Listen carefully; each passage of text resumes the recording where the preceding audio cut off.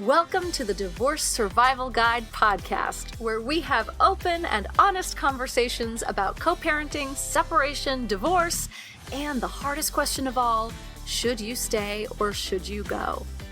I'm Kate Anthony, your divorce survival guide, and I'm here to help you navigate some of the roughest waters you've ever swum in and answer some of your toughest questions. I've been to hell and back, and now it's my mission in life to help you get to the other side of this process with your sanity and your heart intact. Hey everyone, welcome back. So today I have my friend Leanne Oaten back on the podcast. You guys loved her when she was on before, so I brought her back for some more. Before I get to that, I just want to let you know that if you have questions that you want me to answer in another Q&A episode, load them all up on kateanthony.com/questions. And I will probably be doing a couple, 2 or 3 Q&A episodes throughout the summer. So I will happily answer your questions when you submit them. Today, as I said, my friend Leanne Oaten is back. Leanne is a former counselor who helps women decide whether to stay or leave their toxic, abusive, narcissistic relationship without wasting time going to therapy. How about that?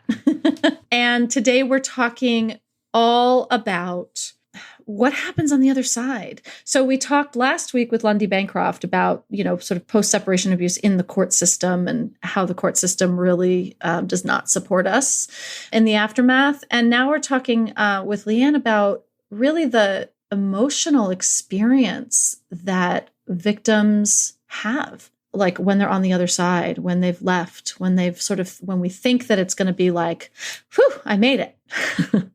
And then we are shocked by what happens on the other side and our emotional response to it. So I am super excited and happy to have my friend Leanne Oaten back. And without further ado, here's my conversation with Leanne.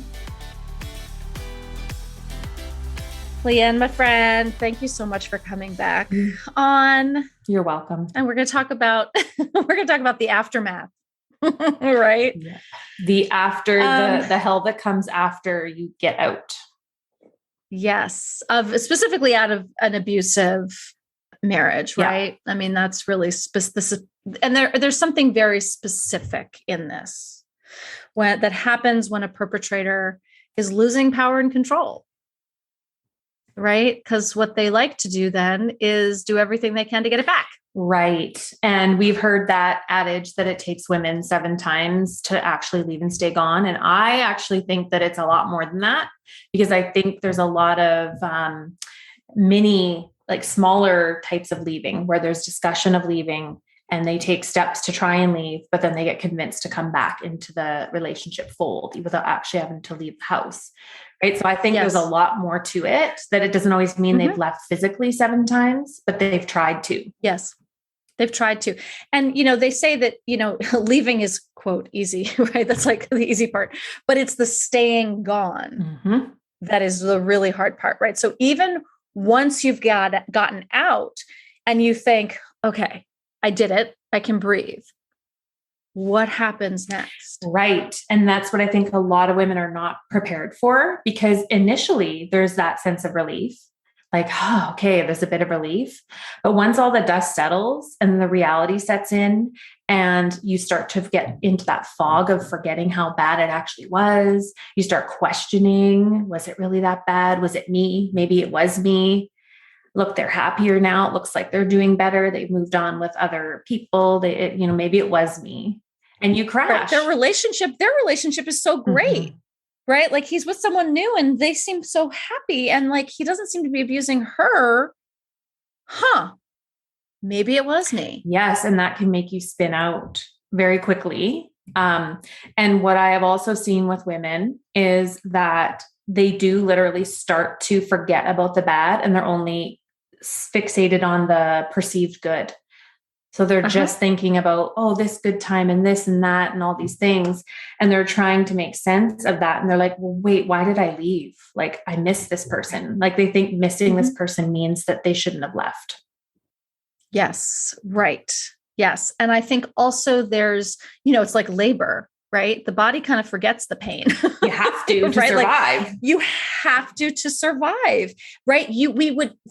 The human race would never continue on if we remembered the pain of labor. That's right. Because we would never do it again. Yeah. And I think there's something similar, right? And because our brains don't necessarily know the difference, right, between physical pain, emotional pain, right? In our brain, it's still like the trauma response to it is similar. So the forgetting, I think, is normal. I'm making all of that up, but I'm pretty sure that's how it works, common, right? I think every woman that's been in this type of long-term marriage, especially long-term, will be able to say that, once I got out, I started questioning if it was the right thing. I started questioning if it was really abusive. I started thinking it was actually my fault because of all the gaslighting and the no ownership taken on the other side. It's all placed on you. And also that the ex ends up moving on rather quickly. Very quickly. Right. So then women are like, well, I guess it was me. Like he's doing better now is how it seems. Right. Mm-hmm, Meanwhile, the women who have been in this and are trying to heal, they're like, I can barely function and get my days together. Yet he seems like he's doing perfectly fine and has just completely washed his hands of everything. Right. So maybe when he said that like I was the problem and I was a miserable person and it wasn't him, maybe he was right. Right. Because I can't seem to recover and I can't seem to move forward. Right. Right. Like I'm the mess. And women can start to act out in ways through that. Especially if you have like an attachment trauma or you have an abandonment trauma in your history, then it can start bringing up all those wounds and you can start actually acting in ways that might make you look a little unhinged, like without a better way of looking at it, right? You can start reacting in ways out of that wound that might make you look quote unquote crazy. And then that just feeds into the whole narrative as well. I'm just going to say, like Amber Heard, right? Like that's what we're talking about. Anyway, but yes, that's right. Right. And then you look like the crazy one, you feel like the crazy one. And then you question yourself and then you can start to backslide into wanting to go back, right? Yeah, I think it happens with I don't think there's a case where a woman can leave. Maybe there are. I haven't heard of any where they just leave and never look back and never have self-doubt, never question, never miss the person, never wonder if they made a mistake or if they sit there and they're blaming themselves. Yeah. And in some cases, the guy just goes on and just acts as if that marriage, relationship, union didn't ever exist. They're very good at that with these toxic dynamics, to just somehow having you feel as though you are completely washed aside. Nothing you had and shared matters anymore. And they're able to just move on. But then there's some who continue to try and rope them back into the relationship by saying they're going to change, that they're going to work on it, they're going to go to therapy, and all the list of things. Or by continuing the abuse, right? Like, so there is the like roping back in, wanting to come back in. I'm sorry. I miss you. I love you. Or the like complete, like chopping off like it never happened. But there's also the people who use the separation as a time to continue the abuse because they've lost power and control and they're working to get it back. Yeah. And so they'll continue to abuse using the court system, using the kids, using whatever tools they can to get back at you. That's true. That can be a nightmare as well. That's a whole other topic, isn't it? About like the divorce process, the legal stuff, the co-parenting when you have kids and you have to be in some kind of contact with them. So this whole like no contact thing is just not feasible when you have kids. Happen. You can't. Right. There's other forms of contact and keeping it to a minimum, but it can be really easy to get roped into a whole thing with them just through a simple thing that starts off with the kids and then it ends up being this whole thing, right? Because you can't just go no contact, delete, block, erase. It doesn't work that way. No, but this is why God invented co-parenting apps. This is why we need to use all the tools that are available to us, because a co-parenting app will put that buffer between you and the abuse. It will, right? You can not check it all the time. You can turn off the notifications. You can block them from texting you. And when they know that they have an audience, they tend to behave a little bit differently. Yep. There's one that I quite like, and it's called Peaceful Parent. And what I like about it is you can have canned response only. So he can only respond with a canned response. There's no other way he can. Yeah. And you can set the amount of messages they can send a day, and like how many minutes between them. Yeah. I had her on the podcast. I still think she doesn't have Android out yet. I think she still just has iOS, but I think it is great for abuse situations. I think it's harder to get an abuser to use that one. Yeah. Cause they're like, I'm not using this thing. Right. Like, don't control my communication. Right. Something like Our Family Wizard or Fair is easier for them to like enroll them in using, because there has other features that they really like, oh, I can post photos of the kids while we're together so that you can see them, or we can have a shared family calendar and we can share expenses and all of those things. So I agree. Those are much better, because having access via text is way too tempting to get into it and get into those long drawn out text arguments that just are so draining and stressful and go nowhere. And yes. And I want to say, right, that I have a lot of clients who are like, when I bring up a co-parenting app, they're like, yeah, but I still have to like, I can't block him because he has the kids. Right. And then I just like, why not? And why not? Mm-hmm. And why not? And why not? Until finally they're like, actually, you're right. Like it takes a while for them to get around the idea that they can actually block their ex. Their kids are going to be fine. If he can't text her immediately, the kids are going to be fine. There are other ways to get in touch with you. And it's really okay. Yeah. And I know, for me, like that was like an anxiety piece where I was that would have been like, for me, like, oh, what if something happened? So what's helpful is if you have a landline. I know most people don't anymore. I do. I do. No, I've had it either. For like 20 years, the same phone number, but that's more just for that. If someone needs to get hold of me in an emergency, they have my landline if I don't pick up my cell phone. So there's that option as well. But women don't realize once they've left how easy it is to get sucked back into the cycle of all the craziness, even though they've left. Like you just said, the continued abuse that can go on after. Or the ghosting. The other thing that they will do is just like not answer you on logistical stuff on purpose, like making a plan, money stuff about the kids. They'll just ghost you and just not even respond for days. And you're trying to sort things out. Like those are the kind of frustrations. And that's power and control. Right. That's what that is. And so, and this is why a co-parenting app is so good, because you then have this evidence for a court that it's unalterable, right? Because you can delete text messages, you can rearrange it to look good or bad, right? But in this case, these things on co-parenting apps, they are not changeable. Yeah. It is a real documentation of a lack of cooperation. Yes. And you can actually go in and print those out. You can print all of the communications out, which with the text would be a lot harder. So I think there's lots of reasons why moving it to a separate app is a really good thing to do. One of the things I was thinking about just touching on here is the emotional aspect of what lies on the other side once you've actually gotten on the other side of like what's going to come up for you. That might be really hard. Yeah. Yeah. The grief is so shocking. It really is.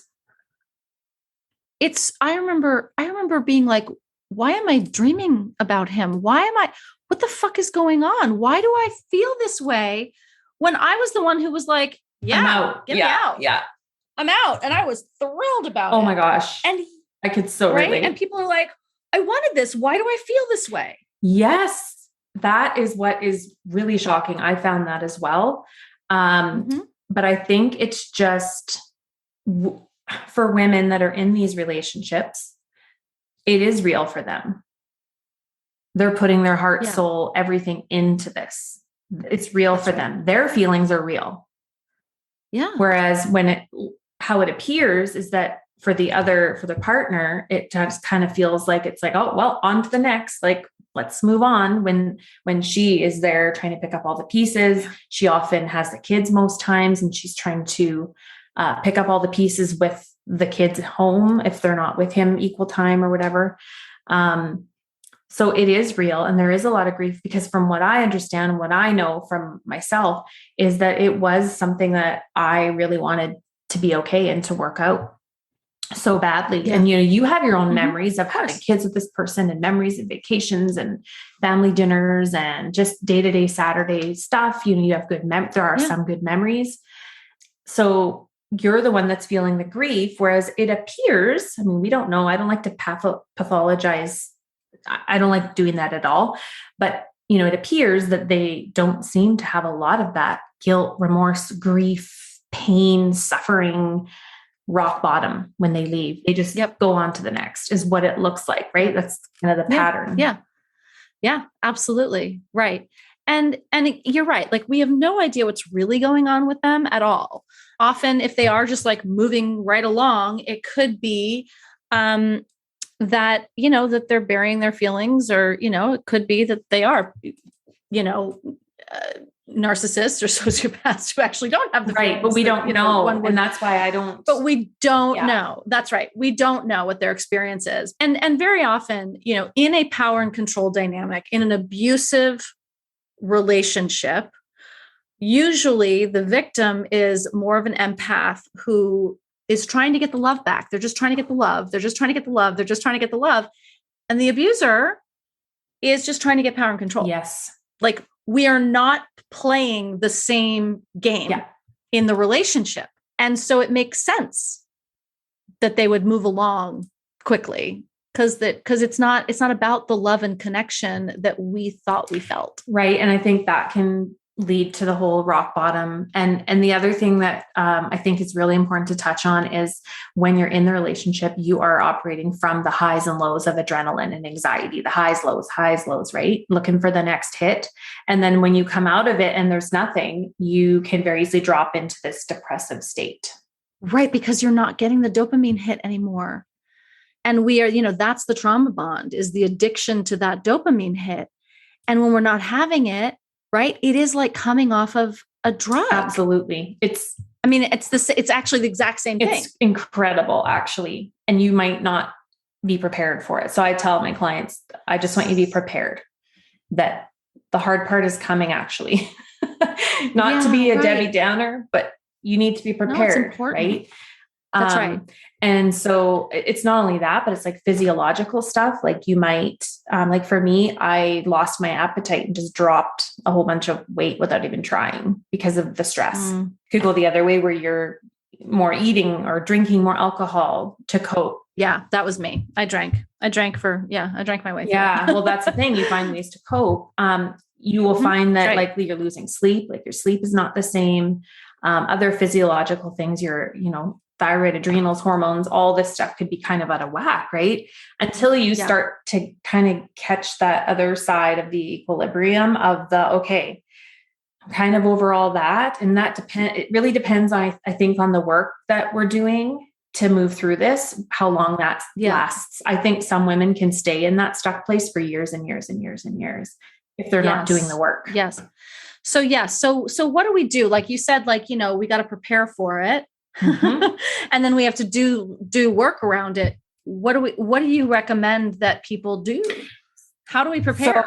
And then what do we do? Yeah. So I think the first thing that I think is really important, as we were just talking about, is very minimal contact as possible. Once you get out, and not going into like a relationship talk, trying to get your needs met, trying to get validation, trying to get emotion from this person, because it's not going to happen. Right. So you have to have that and agreement on the narrative and all of that stuff. Exactly. Right. Like, stick to business as usual, just business with the kids, and finances or whatever. Transactional. Exactly. And I would say the other thing that's really important, and this is something that I did, because even though I literally like couldn't eat or sleep forever, like for quite a while. So I literally was like not eating much, and I would just make like power smoothies and make myself have that. Cause I'm like, I need something. Right. Right. And so I would make something with the fruit and spinach and protein and chia seeds, and like, at least, so it's taking care of your body, making sure you're getting out walking, get out in nature, move your body.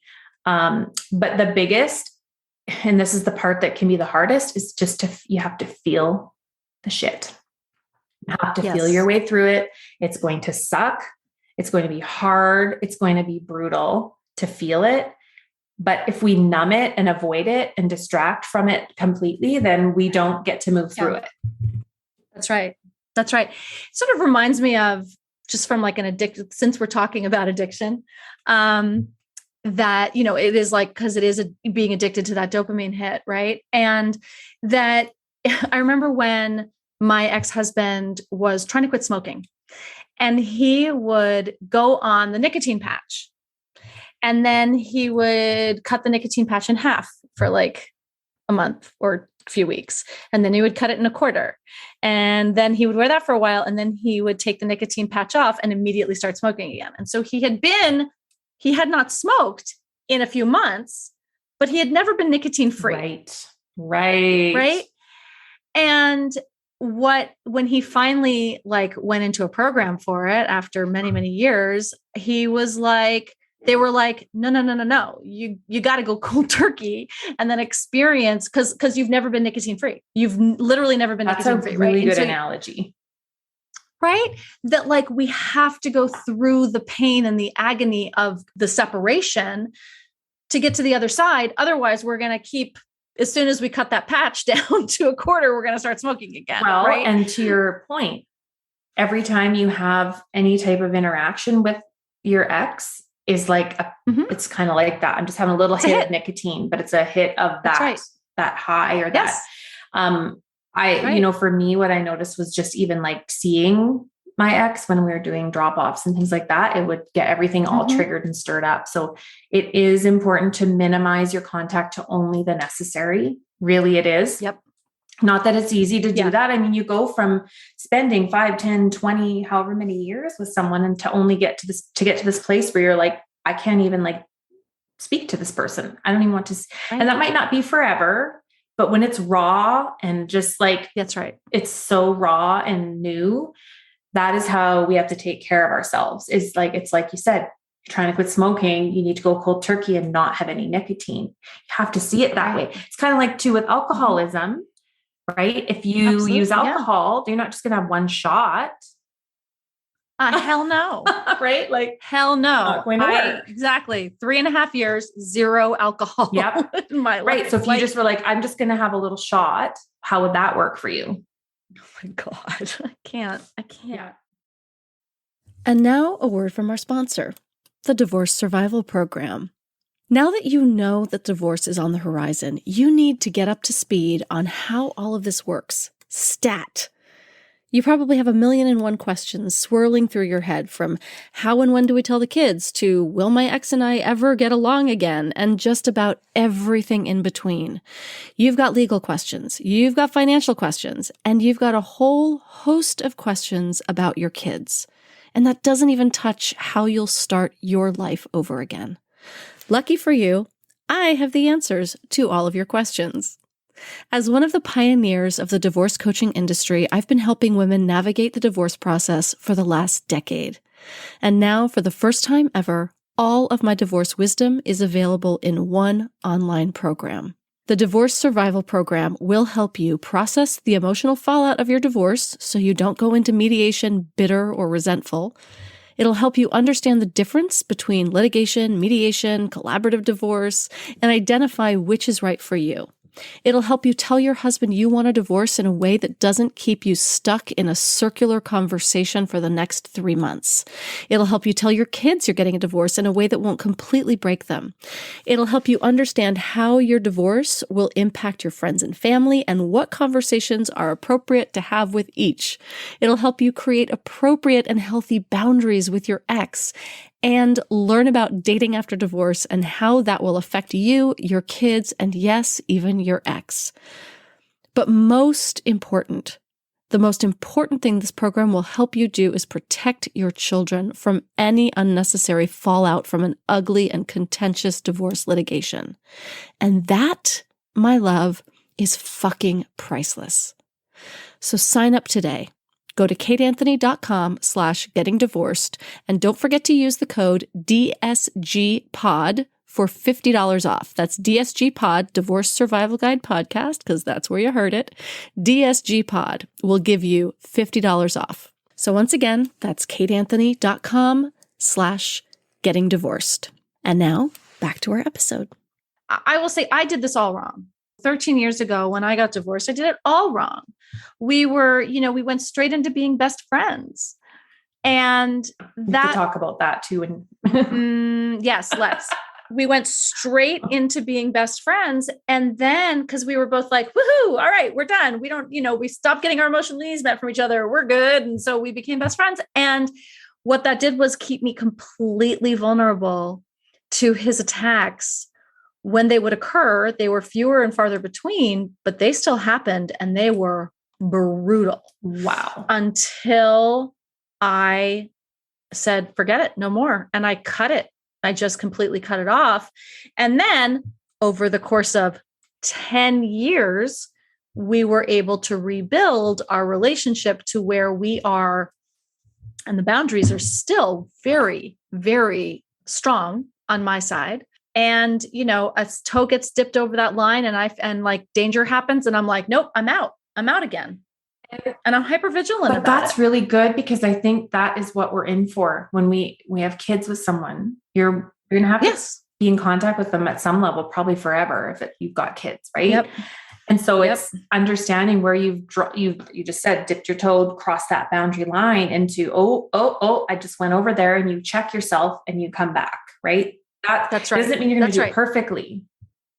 That's right. And I think that's so important for people to know, is that this isn't perfect. This doesn't mean you set a boundary and now like everything's fine. Like it will constantly be moving and changing, and you'll be like, oh shit. Yeah. You literally, sometimes like, I have found it's like the next day I'm like, crap, why did I do that? Right. And all it is information, right? Like, let's not beat ourselves up about it. Right. It's like, oh, okay, I guess that's not a safe line, or like and then we move on. So for women that are like going back in the sense of like seeing if they can work it out. I miss you. I mean, maybe we made a mistake. Maybe we should try and work on it, or blah, all those kind of things. And then you're just like rejected. And you're like, I'm the one that ended this, and now you're rejecting me. That can be just like a brutal double traumatization. Right. And also, by the way, that's probably part of the point. Yeah. that was the design. And I always say to people, I don't know about you, Leanne, but I always say to people, if you're going to go back in, don't move back in. Oh God. If you've gotten out to another in your own house, no. Don't move back in. Right. If he says he's going to change and he wants to do the work, let him do the work from over there. You let him back in when you feel safe. Yeah, and that's not in the like promises. No. And I want to go back to what you were talking about, this friend zone, because it's common. And for some reason, I have been watching now how often that these men are saying this, like, can't we just be friends? Or if you weren't so angry, we could be friends. Or if you could just cooperate with me, we could be friends. Or I'd like to be friends. To me, that is just saying, like, I want to kind of hang on to some of the benefits that you can give me if we're friends, even if it's harmful to your healing. Right. So we have to look at it as like, is that what's best for me and my healing? Because mine said the same thing. It's literally like, there's something about it. And I was like, friends, like you weren't even my friend. You're in the relationship. Not my friend. You weren't, like, right. Exactly. You've never why been my would I friend. want to give you benefits of having me in your life without you putting in the work to have me in your life? No. Right. Doesn't mean you can't be friendly. You have to talk. Sure. You can be cordial and amicable and keep it short and sweet, but that's right. Friends meaning like doing things for each other or with each other, or like, what does that even mean? Right. Yeah. No, for us, we did everything together. We, spent all of their, holidays and time with our son, which also was confusing for our son, I'll say, because he was really little, and because we were like, we got divorced because we had a hard time getting along. And then he saw us together at Thanksgiving, Christmas, getting along. And he's like, okay. Right. You guys get along. Great. Let's get back together. Right. And for you, that would have hindered your healing process though, because that's basically like trying to not have alcohol and drink shots every day. Yeah. Like, that's right. It's just, I see it as similar. And I know there are some clinicians that are like, oh my God, stop. It's not an addiction. It's not the same thing. I actually have a very opposite view of that because, going into psychology, my training is that, addictions can come in any form, and their purpose is to kind of numb you to what you're feeling, right? That's all it is. This is a type of emotional addiction, right? Because it's that intense. Right. There's something about it. And then, so when you get your hit, it gives you this like momentary high. When you're not getting it, you go to that very low zone. Right. And a trauma bond is an addiction because all addictive substances provide the hit of dopamine. Dopamine is what we're addicted to. We're not necessarily addicted to, maybe we are addicted to cocaine or whatever, alcohol, specifically because it's a chemical, but it's also the dopamine hit that we get in our brain. That's why we're addicted to video games and our phones and Facebook and all of that. It's the dopamine. And so in a trauma bond in particular, you are addicted to the dopamine hit that you get in the cycle of abuse when they're love bombing you or when they're nice or when it's calm. And that's what I know with women where it gets them confused because they get, even when they've left, they're like, oh, he's being nice. He's really being, he's being really accommodating. He's being so great. And they're like, okay, so why wasn't this happening in the marriage? Like, why now is he being so great? It really messes with your head. I know it really does. And, part of the reason that they're being so great is that, like, first of all, that's probably part of the cycle, right? They're always part of them. That's great. And they're being great because there's no skin in the game anymore for them. Right. Or they're trying to get power and control back. Right. And I also want to just say, because I know anyone that is listening, if they're in this part of the journey, is that you're going to slip up and you're going to slip back however many times. You might even give it more of a chance and you dip your toe in, kind of test out the waters. Oh, maybe it will be different this time. I think that happens for the majority of women, that's going to happen. And to not let yourself go into a shame place, downward spiral of feeling ashamed, because you might even behave in ways that feel shameful or degrading if you're begging to get back into the relationship or you miss them or whatever. And you might do things that are degrading to you, but we have to really be self-loving and gentle with ourselves that this is traumatic to go through all that and then deal with the other side of it. I think that's so true. I mean, it is so true. There's no shame. I think that the push and pull that we feel and that we experience is part of the process. It is completely normal. Yeah. A completely normal part of the process. It is. It really is. And to be gentle with ourselves and really do a lot of self-nurturing, self-soothing, self-regulating, like the things that help you to come back into your body. Because when you are in these relationships, you're oftentimes not attached to your body. You're just, we're constantly just in this state of disconnection. So when you're feeling the feelings, the last thing we want to do is go into them. That's the last thing we want to do, but that's how we move it. And for me, journaling, just getting it all out is the way, right? You just get it all out of your system. It's a way to process. If you feel like you want to text your ex some kind of thing one more time to see if you can maybe get his validation, I have a tip for this, is to type it out in your phone notes. And if you still think you want to send it the next day, it feels like the right thing to do it. But 9 times out of 10, you're going to be like, nope, not sending that. You're going to be like, I'm so glad I didn't send that. Because if you do send it, you're going to wake up the next morning and be like, exactly. You send this long, it's like drunk texting. Oh my God, totally. Right? And then you're like, what did I do that for last night? Right. Right. So type it in your notes and then wait 24 hours sit with it, at least. Sit with that urge to reach out, because you will do it a few times and you'll regret it. Right. And you still might do it, but this is a really good one that I utilized because I realized I just had a lot I needed to say that was never validated or heard. That's right. It's there, it's in us. So we have to put it somewhere. Yeah. And there is a lot that we want to say. And what happens is, like you said, we're seeking validation. We are wanting them to understand. If he could just understand exactly what I'm saying. Yes, but they never will. If they didn't in 20 years of marriage, you think they're going to now? Do you really think? Not a chance. Not a chance. And yet there's something else. Just try one more time and just like get kicked in the gut one more time. Okay, I'm ready. Go.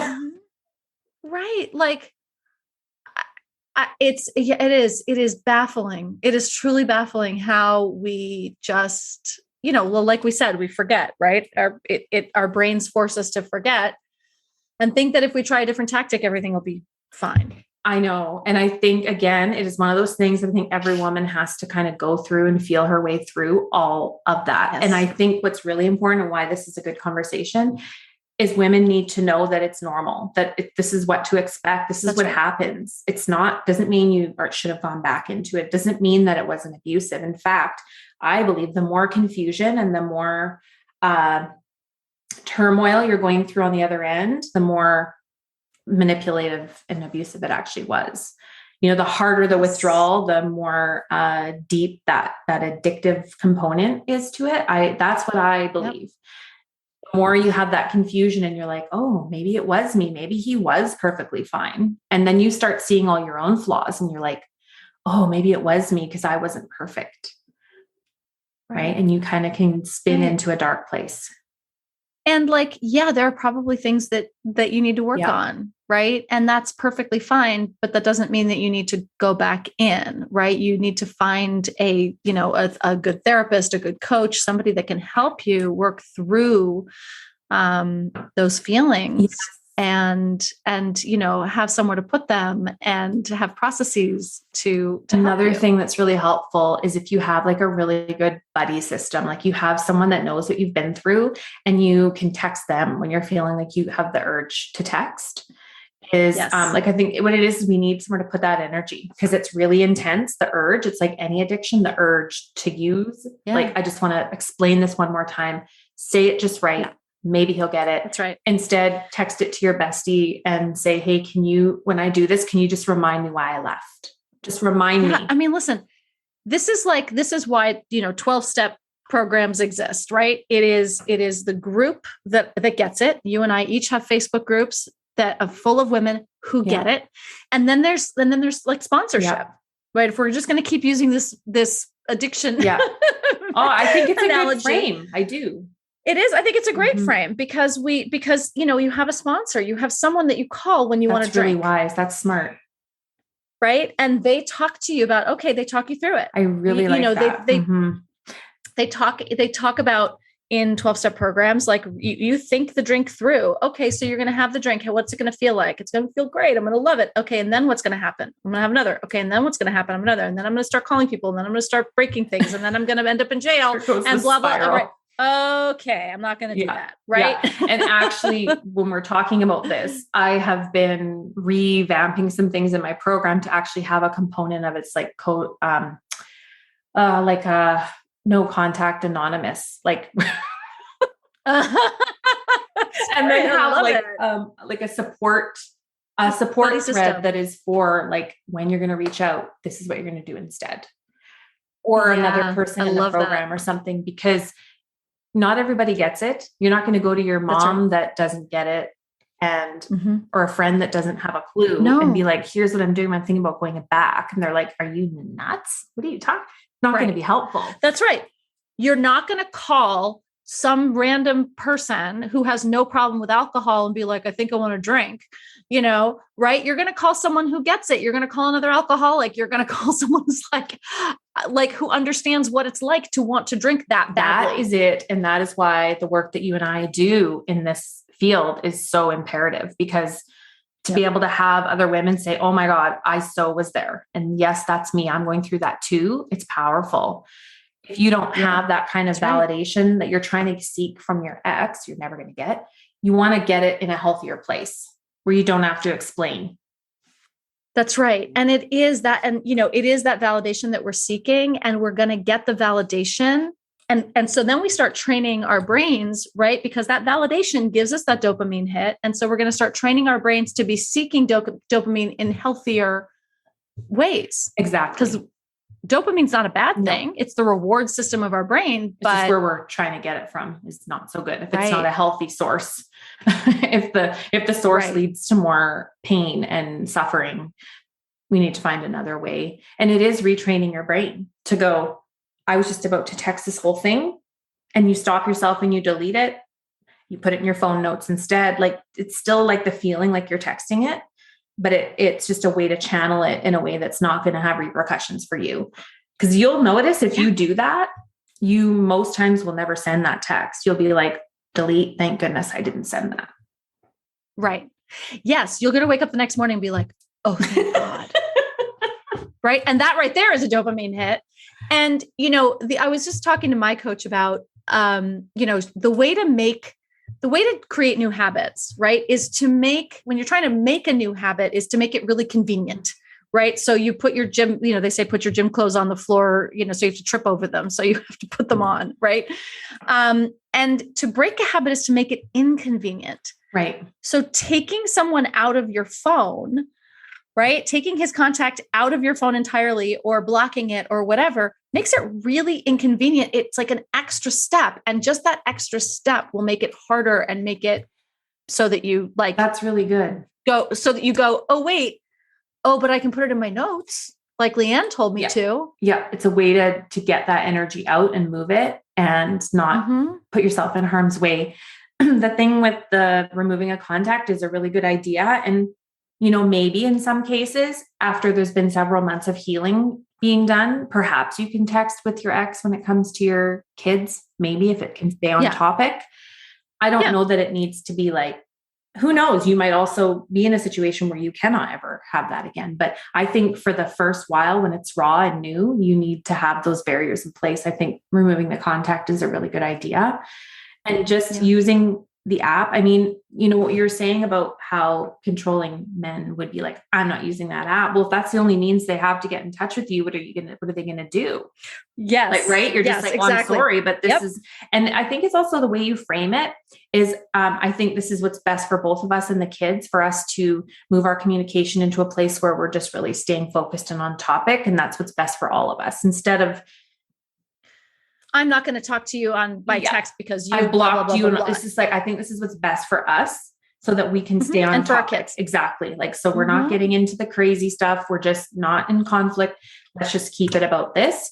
If you're in one of those apps, I think they all have similar things where you can limit the number of words being sent and all of that. I think they all have that similar kind of benefit. No, I'm not sure about that, but yeah, maybe some of them do for sure. And in our Family Wizard, you can pay a little extra for the tone meter so that it's actually really interesting. The tone meter is really good. So it just tells you if the tone is off, and then they won't send it. You can still send it, but at least it flags it. It's like, oh, this is a little inflammatory, or these words might be considered condescending, or so it actually gives you a little bit of sort of coaching, and you can still send it anyway, but at least you've been alerted. Right. And I think that is just, it's a wise thing to do, because you're again putting that buffer in that he can't just rapid fire text you anymore. And it's a way for you to actually bring your anxiety levels down, because you're not going to be receiving those anymore. And it's a relief. That's right. To your point earlier, what you just said about, I have a client who she kept trying to get her ex to use the co-parenting app, but then she would block him. And then she would unblock him and text him because he wasn't using co-parenting app. Oh, I've been there. And then I'm like, right. And I'm like, she's like, I can't get him to use the co-parenting app. I'm like, yeah, because you keep texting him. He doesn't have to. Right. And the other thing I want to say too, with the like minimizing contact, it's not that it's about like punishing the other person. This is actually about you and your own self-care. And it's so you don't go into that drunk texting, right? Where you're like, that's right. And you can say that. You can, I mean, not specifically, but you can say like, for me, it's really important for my healing as we move through this period that for me that I put this structure in place, right? You don't have to make it about them. Just make it about you. They can't argue that. And that it's easier because it's all in one place. And it's, I think it is going to be in how you frame it for sure. Yeah. Oh my goodness. Such a good conversation as always. Yes. I adore you. It's awesome. Thank you for having me back. Always. Where can everybody find you? I am on Instagram at Awakening Women Support. That's a really good place to just get started. That's the main place where I post and do videos, and the link in my Instagram bio is always up to date with different things, my podcast and all of that. If anyone wants to check out my other resources, that is the best place definitely to get started. I love your Instagram. That's how we met. Thank goodness for Instagram. Thank God. Right. All right, Leanne, thank you so much. Awaken Women Support. And what's your website? Your website is just Leanne Oaten. Yeah. And it's Awakening Women Support. Yeah. Awakening Women Support. Sorry about that. Yes. All right. Until next time, my love. Thank you so much. Thanks for tuning in to another episode of the Divorce Survival Guide podcast. If you like what you hear, head on over to Apple Podcasts or wherever you listen in and leave me a review. And don't forget to follow me on Instagram at the Divorce Survival Guide. I'll see you next time. And until then, remember, you, my love, deserve to be happy.